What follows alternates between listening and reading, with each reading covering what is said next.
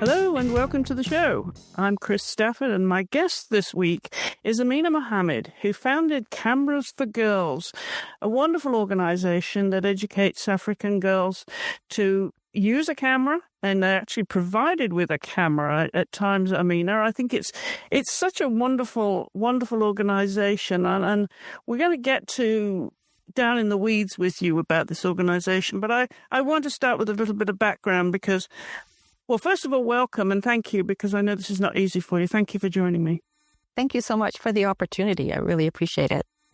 Well, as I say, I want to get into the weeds with the background of cameras for girls and so on. But I know you and I were both made in England, and you hailed from SW19, which is South London, for those who are not familiar, Merton to be exact. And then you came to Canada at a very early age.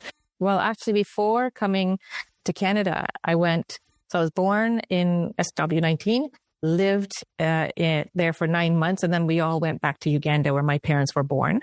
My dad was studying at the time, and then they got married and had me, and then they were like, no, we're going to go home and, life will resume. And I just turned 3 in March, and August of 72, Idi Amin said, all Indian Asians have 90 days to leave. And we thought he was joking, but he wasn't.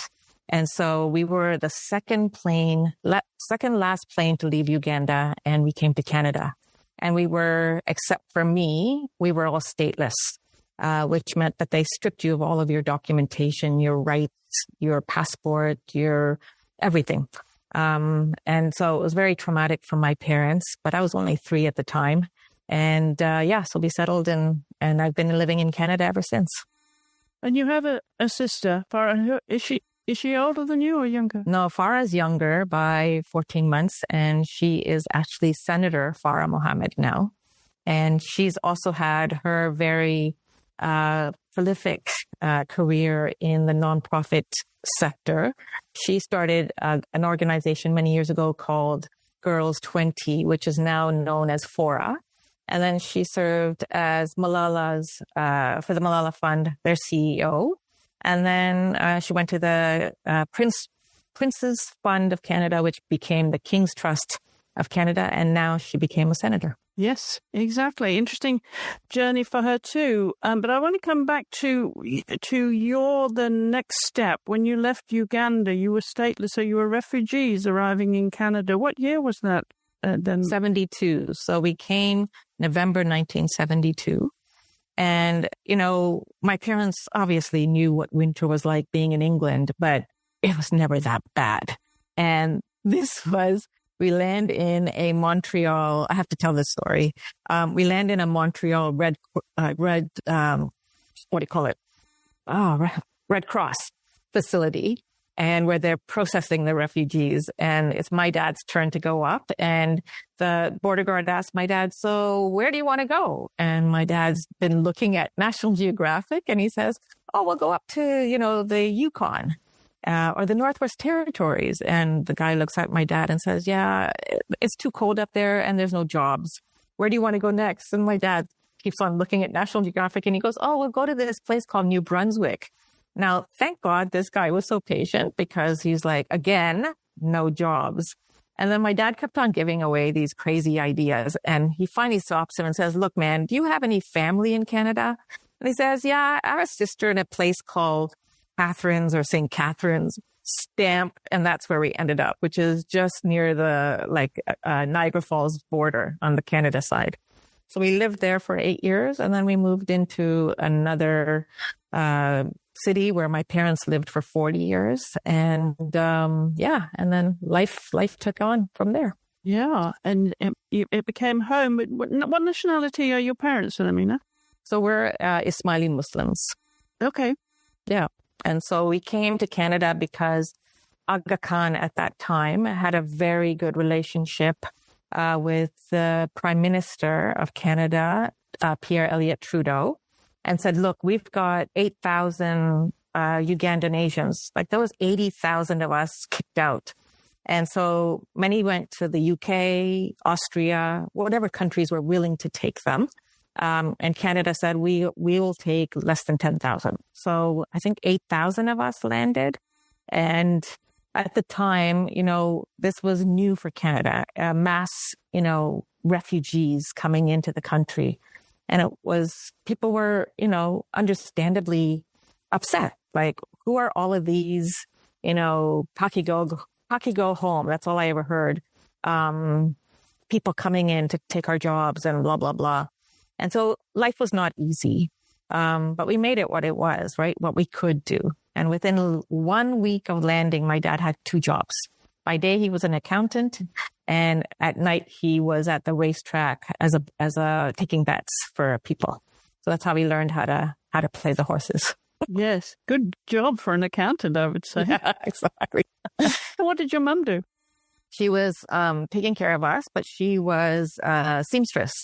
And then she started designing her own stuff. And I think that's where I got sort of influenced when it was time for me to go on to college, because I had a camera in my hand since I was 10. My first camera was, given to me by my dad, but I never thought that could be my career, because I grew up in a very strict Muslim household where, you're going to be this and that. You cannot be this and that. And so it was always discouraged for the arts. But when it came time to going to college, I sucked at school. I did not know I had undiagnosed dyslexia. I was just called stupid. And so I was just not learning the way I needed to learn. And my way out into the arts was to go into fashion design. And they couldn't argue with me because my mom was already doing that. But that landed me in an incredible career, a 15-year career working in the film and television industry here in Toronto. And my last film before jumping onto the TV documentary side was American Psycho. So I was on the wardrobe crew for that. Toughest job I've ever worked, but the most incredible career. And your mum, wasn't she very artistic too? Yeah. I mean, everything we had in the house was made by my mom. The curtains, she crocheted this, she knitted that, like everything. Because, she was very good at reusing. Nowadays we do DIY. Well, she did DIY way back in the 70s because we didn't have the money. So she would make everything. And I think that was really, I had the creative side from my mom and the financial side from my dad. So I had 2 sides of the brain. Because when I left film and television, I ended up going into the financial industry. So you inherited that as well. Yeah. Head for numbers. I'm wondering if your dad was into photography as well, because he gave you that camera so early. Yeah. He was, yeah. Way back when they lived in England, he had picked up photography. And so I just, my first camera was a Kodak Browning. And then I got a Minolta and I burned out the motor on that. And then I bought another film camera. It took me a long time to go into digital because I was like, yeah, this is just a fad. I'm just going to stick with film. But then eventually I had to make the jump. The home was the darkroom. I loved it. But I don't even know if I would know how to make my way around it now because it's been so many years. There's something magical about the darkroom.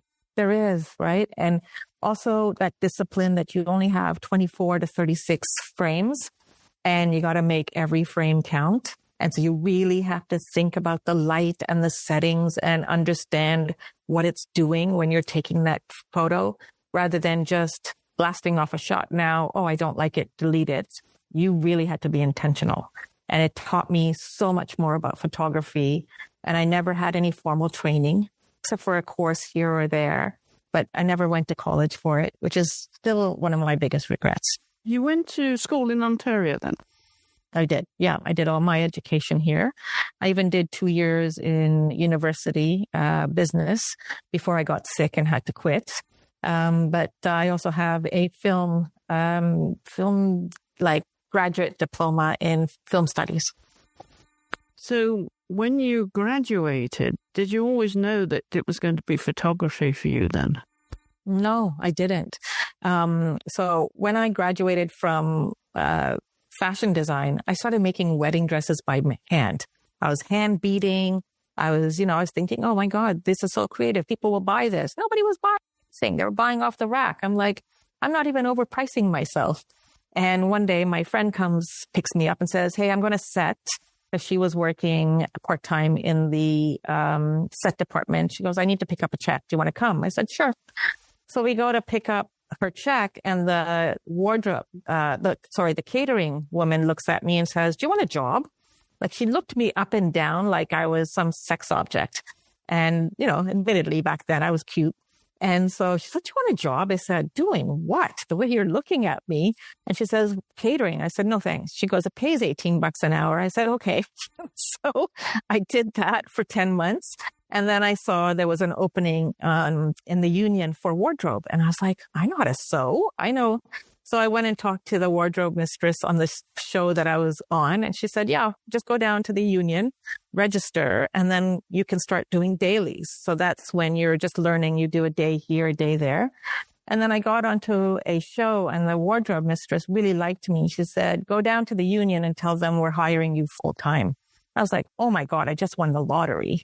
And I did that for, 5 years of my career. Will you be in your 20s then, Amina? I would have been in my 20s. Yeah. And then I started making my own short films. My first short film that I produced went to TIFF. And then I started doing music videos for Much Music. And I knew the bouncer at this club that we used to go dancing. And he was part of the board for Much Music. So I'd call him and say, hey, Farley, I've just put in a grant. Can you approve it? He would. From $5,000, we would use $1,000 to do the shoot. And then the DOP, director of photography, and I would split the rest. And I would beg, borrow, and steal, bars and people flying in their planes and whatever we needed. I was negotiating queen, and I could do a music video on nothing. So we did that for a few years. And then I went back into the hardcore union work, and I got into documentary side. And that's where I think I really honed my storytelling chops. Because even while I was producing, I had to, I was really good at stripping away the script so that I could build the schedule and the budget. And I got known for this. So I would get hired by other producers or non-union producers to do this for them, which was a great side business.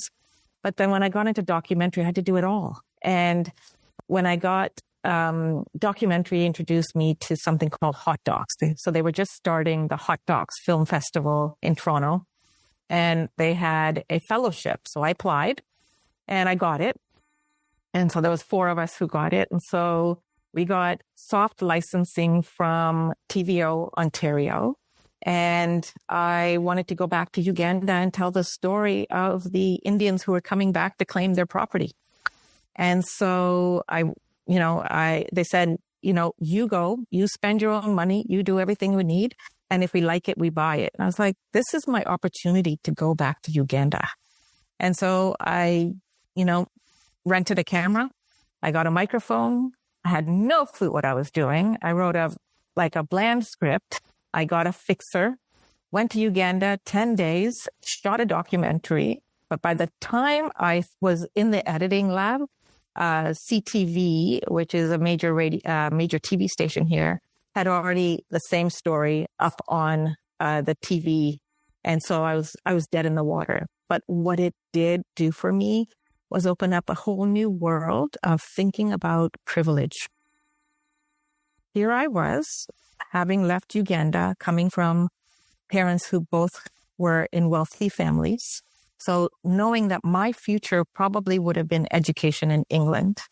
And yet I was meeting young girls who were telling me that I can't go to school because I'm a girl. My parents will invest in a boy, my brothers, but they won't invest in me. I was 14 when I was married off. And now I'm in my 20s. I've got 5 to 7 children.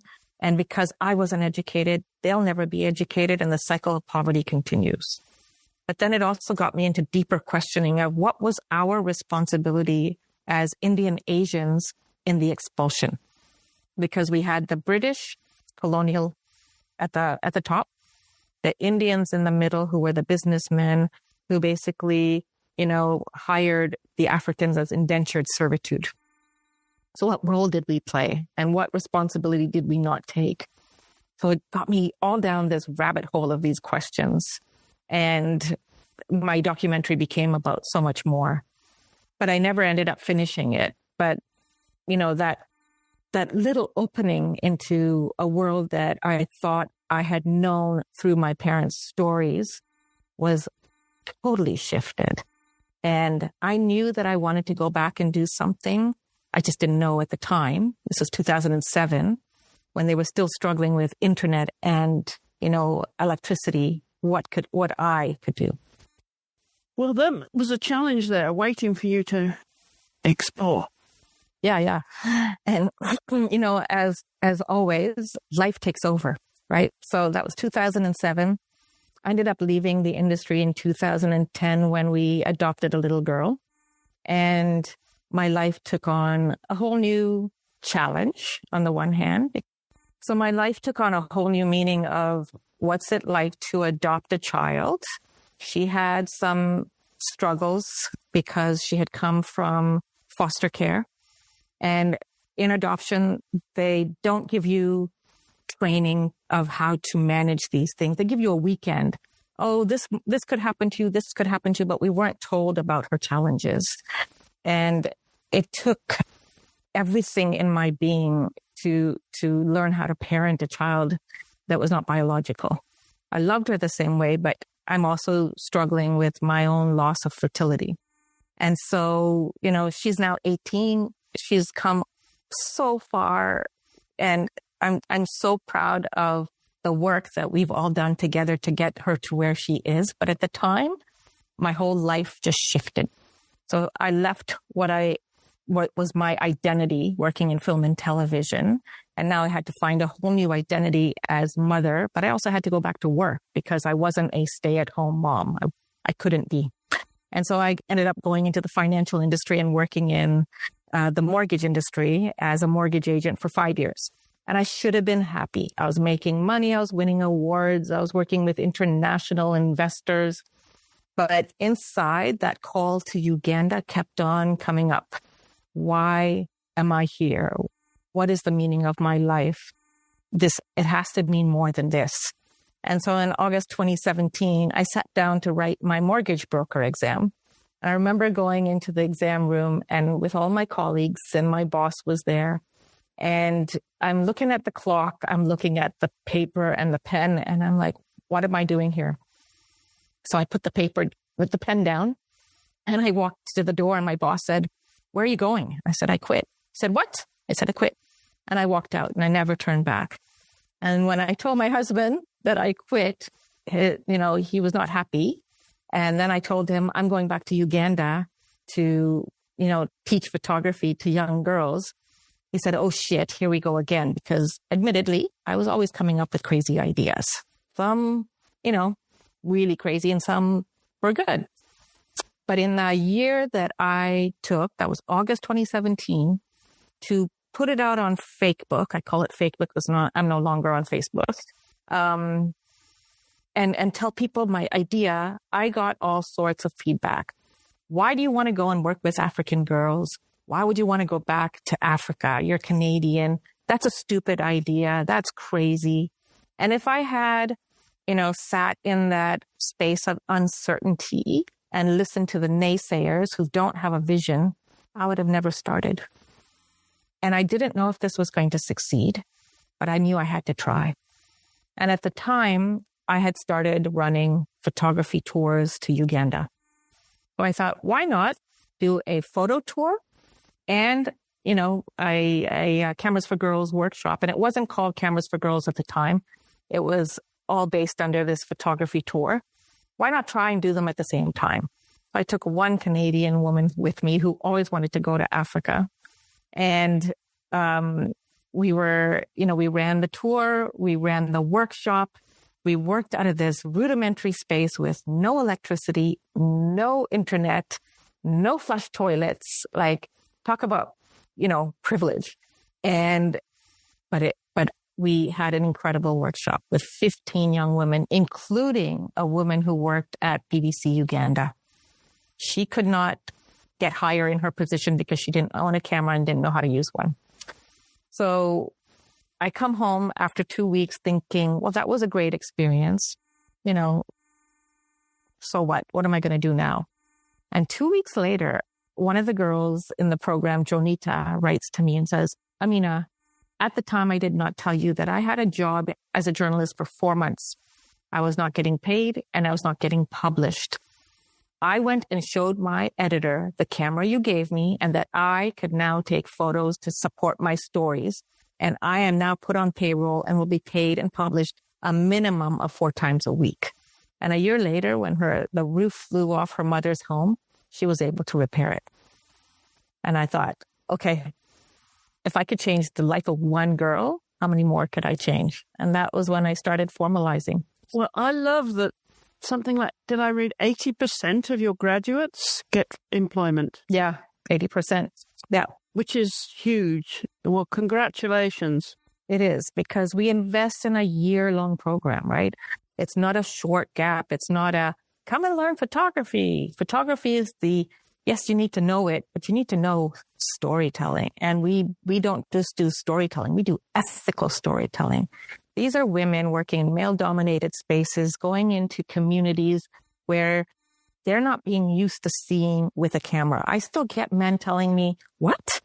She's got a camera in her hand? And swear to God, it still happens. And I will say, do you live under a rock? Like, really? Yes, she's got a camera in her hand and she knows how to use it. But ethical storytelling, enables them to gather somebody's story with dignity and agency and with them mentality rather than about them mentality. So even at Cameras for Girls, we don't tell stories about our students. We tell it with them. We ask them to use their own voices and express how they feel about the story that they just told. Because when you can give somebody agency, dignity, their own voice, watch them go, right? Watch them fly. And we get, so many beautiful testimonials that we don't ask for, because at the beginning, they're like, who is this, Muzungu means foreigner. Who's this Muzungu coming in and telling me what I need to do to succeed? And it takes a while for them to gain trust. But once they put their trust in me and they see that I'm there for their benefit, they go all the way. I'm curious as to why it became still photography for you and not video, because you came from video before you retired. What was this thinking behind that? So in 2018, video wasn't as big as it is now in terms of the gap. So when I did my research to ask the girls, why are you not getting jobs? Like, what is stopping you? Is it the skills? That was number one, because they're coming from a theoretical university backgrounds. So everything in theory is great, but if you can't put it into practice, what's the point? So they didn't understand how, stories are actually written with a proper title and a byline and a opening paragraph and captions. They didn't have any of this, yet they're in university. So number one. Number two, they were told, well, you don't own a camera and you don't know how to take photos for your stories, then you're not being hired. Because back then, it's traditionally still newspaper. Now, you've got the internet that has opened up everything. So you can do photography, videography, drone photography. You can, the sky's the limit. So we started with what their needs were, because I didn't want to come into a space as maybe I'm from your country, but I'm still an outsider because I grew up in Canada, telling you what you needed. Because that's the problem with the sector, I think, is that we don't ask enough questions and listen to what the actual problem is. We come with a solution, most times false, because we're looking at our own ego in it. When we strip away the ego and we actually get down to the business of asking, and I hate the word beneficiaries. So for me, it's our students or our girls. What do you need to succeed? And they tell you that's what you then go and build. You don't build what you think they need. You build what they actually need. So that's where we were very different. And at the beginning, we were just a 3-day workshop. So 2018 and 2019 was just a 3-day workshop. after COVID, we became a 4-day. And the fourth day, first 3 days, they're in the classroom learning about photography, ethical, exposure triangle, composition, all the technical bits, breaking it down, what's aperture, what's shutter, what's ISO, everything they need to know. And then there's a lot of practice in between and reviewing of photos, and you can see their incremental growth. By the end of the third day, they've never touched a camera on day 1. By day 3, they're manual. By day 4, we're going into community to work with a partner NGO who allows us access. So these girls can use their new ethical storytelling and photography skills to come and tell the stories with the organization and about them, so that now that organization has marketing materials, but these girls have a first piece in their portfolio.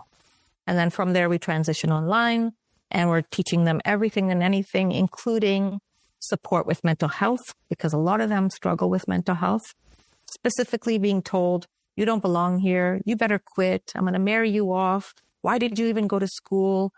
Always being told they don't belong. And that would be enough for anybody living anywhere. But when you're a girl living in a patriarchal society and your only worth is defined by, what you can cook, the childcare that you can give, the number of babies that you can make, the husband you can make happy, you struggle to see yourself in any other way. So I say that the biggest benefit of our program, other than the skills-based training, is that the confidence that they come out with. Just incredible. Well, in terms of those early days and the workshops, how did you think you were going to fund this then? And how do you fund it now? So early in the day, we did GoFundMe. And if I knew what it was like to run a charity, I would have stuck to GoFundMe, I swear to God, and just gone after corporates. But right now, when we transitioned, we became a charity in 2021. We have a monthly donor program. We have a donor advised fund program. So we're really growing that program. We're trying to tell people that, hey, do you have a donor advised fund? Fund us. We just got a U.S. fiscal sponsor. So now with that U.S. fiscal sponsorship, we can raise funds in 12 countries outside of Canada, including Africa. Then we also registered in Africa as a nonprofit. And then we have regular donations, corporate sponsorships, and the list goes on. So it's very diversified. I this year made the choice not to write many grants, because grants are based on gatekeeping. If they don't know you, they're not going to give you the grant.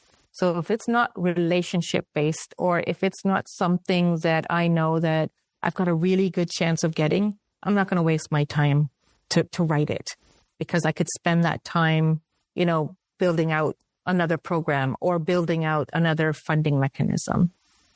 Where we are strong is that we have diversified, but not to the detriment of our own work, meaning that because I'm one person led, there's only so much of me to go around. And so if I'm saying, oh, I'm doing, a fundraiser over here and over here's our monthly and da-da-da-da, it becomes too confusing for the donor. So we've got, our giving page. There's so many different ways to give to us, and people choose what's beneficial for them. But the fact that they choose to give to us is because our mission speaks to them, because we're learning how to speak in storytelling. Even if we're talking about 80% of our, a statistic like 80% of our girls come through our program and graduate, are finding paid work, that's wrapped in storytelling. If you don't have good storytelling, you're never going to convince, your average Joe to invest in you. Presumably it's open access for these young girls. So how do you promote it, and what support do you have on the ground, so to speak, to promote the organization locally? Yeah, so we have built volunteer teams in each of the countries. So right now we're in Uganda and Tanzania, and later this year we were supposed to do Kenya. And unfortunately, I've had to put a pause on that because of health challenges. But we build volunteer teams in each country that help us with, on the ground logistics. So if I need a venue, where are we going to go for the venue? Who's going to be able to source that? The catering, because we feed the girls breakfast and lunch every day. Who's going to be giving us transport if we have to drive a long distance away? In January, when I was in Tanzania, we had to go from one end of the city to the other to do the 4th day practical. And we had to hire 3 Ubers. And that took coordinating logistics between all of us to say, okay, well, you order on your phone, I'll order on mine, and you order on yours, and then I'll give you the cash. And knowing how to work as a team is critical. Right now, I can't go back in June because I've hurt my back. So we're going to be running an alumni workshop, and my team who've been with me since, some of them since 2023, and some of them since 2024 are now going to run this for me with my support from here. And I think when you can let go of the minutia and focus on the high level and leave that minutia to your teams because they can manage it if you give them the bandwidth, then it's possible to make it work. And when I say, their responsibilities usually only happens when it comes time to programming. Otherwise, it's on me, right? Like the day-to-day of everything else. Well, in terms of, I'm thinking that, the certification of this, that these girls are now obviously employable and are being employed. Does the government or other industry organizations that are accepting a certification process then that these girls can graduate with, which gives them credibility and a level of acceptance in the industry? Yeah, I mean, that's a great question. They're all coming out of university journalism programs, first of all. So they get their university degrees. That's their top accreditation. And then if they successfully graduate from Cameras for Girls, and to successfully graduate, you had to have done 80% of the coursework, 80% of the assignments that we assign. If you haven't, then we give you a chance to catch up. But if you're still not willing to do it, then you don't graduate. You don't get to keep the camera, and you can stay on the online learning hub, which is the backbone of our work, but you don't get that certification. Certification in Africa means more to, them than it does here in North America. I was very surprised to learn this, because certification for them means that they've achieved something. And, we've got such a great name in Uganda and Tanzania that when a girl goes for an interview now and they see on her resume she's come through the Cameras for Girls program, they've already got a leg up. Because they already see that. Because they've understood that our program is not just, hey, come and learn photography. Here's a camera to keep. We're just going to say these are our numbers to our donors. And, it's all fluff. Because there's a lot of programs out there that is just fluff, but they're getting the funding that they shouldn't be getting. We should be getting that funding. But because we are not locally led yet, it's a challenge. But back to your question of certification, it carries a lot of weight. So that, coupled with their university degree, puts them above the competition when they go for jobs. And I think that's why we're getting such a high success rate, because our program is so robust, because we give out certifications. How would you regard your biggest success then of this program so far, and looking to the future, what would bring you even more success in your eyes? Yeah. I would say the biggest success for us is that when a girl can walk in the door first day, she can't even make eye contact in many cases, because they've been taught, don't look at the teacher, don't talk to the teacher, don't speak up, blah, blah, blah. I'm like, look, you are going to learn the non-African way. You're going to learn how it is in the real world. If you don't like something, you're going to speak up. If you don't understand something, you're going to speak up. You're going to use your voices both visually, orally, and physically, mentally, every single way. We're going to help you put your voice out there. And when she can graduate and actually tell me what she got out of the program and show me through her photography, through her storytelling, through her writing, through her job that she's getting. One of the girls, when I was in January, I came back from Tanzania, And I was back in Uganda for a few days, and I decided to do a 1-day refresher workshop for the girls that were in the 5th cohort. So we gathered, it was pouring rain outside. We sat in a bar where I did a refresher on the, on the camera settings and on the exposure triangle, and answered any of the questions. The sun cleared, the rain cleared, the sun came out. We went out to a local market where we practiced ethical storytelling again together. And one of the girls came to me and said, I pulled her apart and I said, look, you have a talent, but being on social media does not mean that you're just going to be taking selfies of yourself.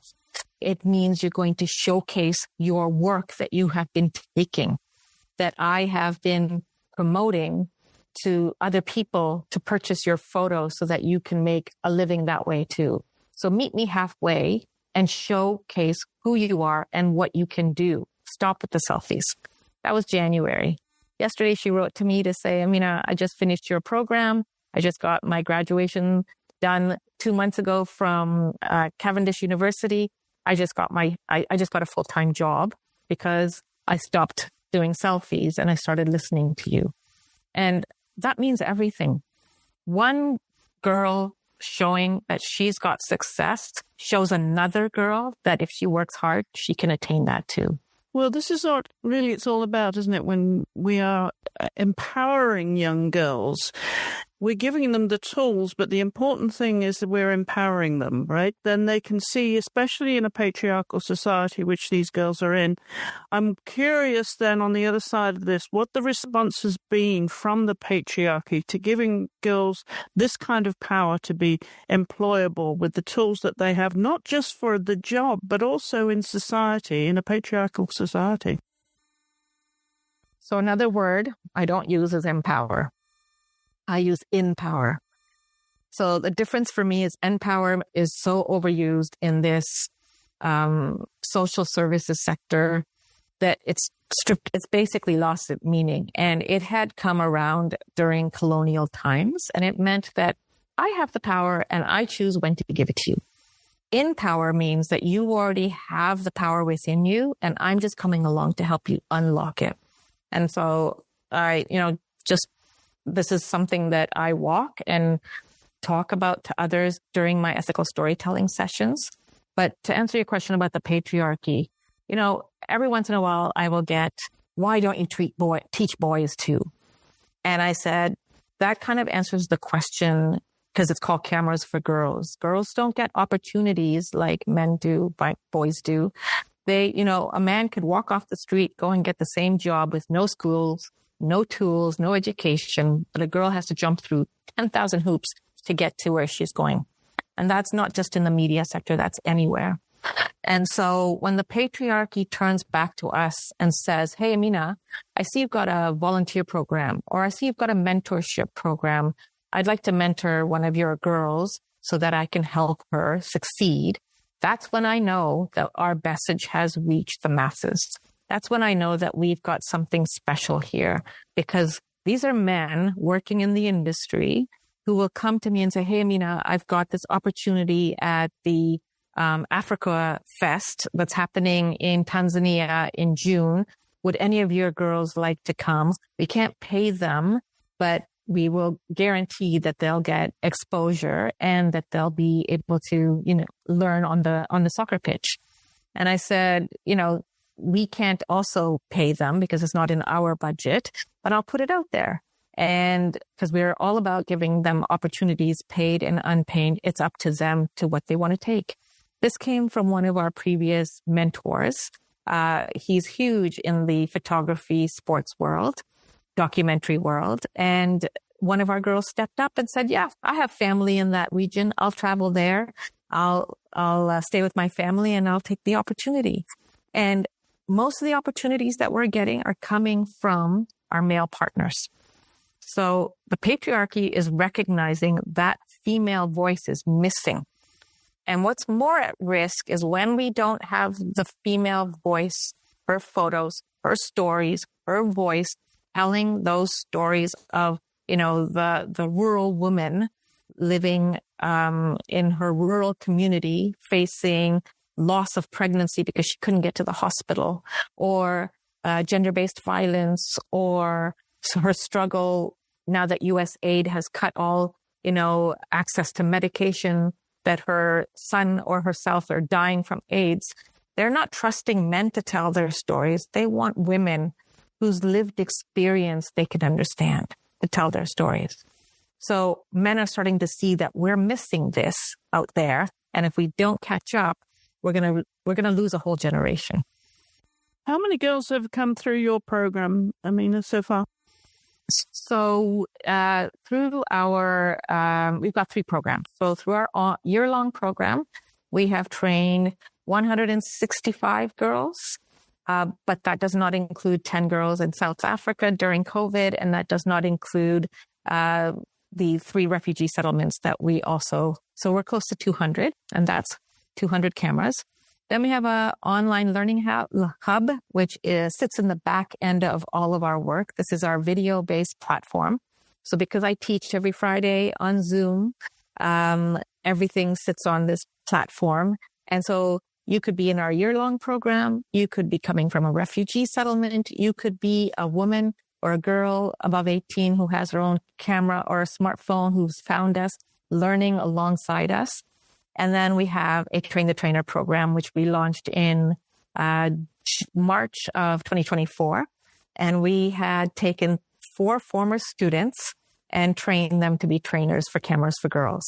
And so we recently took one of those trainers from Uganda to Tanzania to co-train with me. And by giving, young women the agency to step into the trainer's shoes, it just empowers them to also want to reach greater heights. So let's look to the future then. What are your goals? Where do you see the organization in, say, 5 years' time? Yeah, in 5 years' time, I finally have staff. Hopefully it's not going to take 5 years, both in Canada and Uganda. We have reached our goal of being in at least 7 African countries. And we've hit our goal of at least 30,000 women being impacted by our programming. Wonderful. Terrific goals. Amina, tell everybody where they can find you online and social media. Yeah. So we hang out on LinkedIn and on Instagram and YouTube at Cameras for Girls. You can find us on our website, www.camerasforgirls.org. And you can find me at Amina at camerasforgirls.org. Wonderful. Well, the very best of luck. Thank you. With all of it. It's a wonderful program and obviously gives opportunities to girls where they otherwise wouldn't get them, I'm sure. Yeah. I mean, there's a lot of programs out there, right? Yeah. But they're not thinking like, for us, it's about job creation. That's the end goal. So you have to work from there.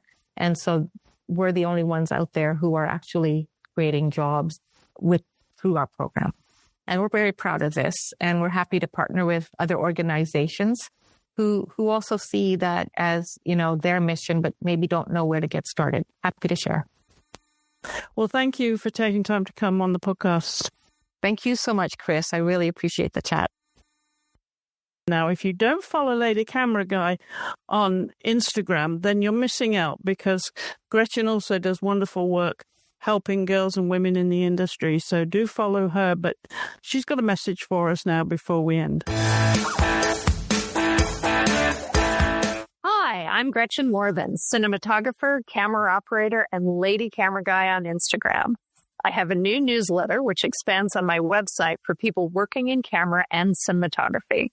Sign up in the highlights on my Instagram or at my website, ladycameraguy.com, where you will also find job opportunities, hiring resources, career advice, gear recommendations, mentorship, internship, training opportunities, job resources, recommended reading, watching, and podcasts.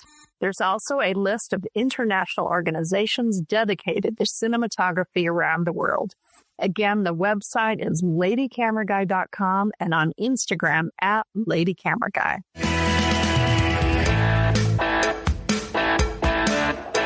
Well, again, don't forget to follow Gretchen as Lady Camera Guy on Instagram, and also sign up for her newsletter. You can follow us on social media. We're at Call Time Podcast. Do follow us, and you'll find stories of women around the world from all areas of creative art and across film and television. So until the next time, thank you for joining me.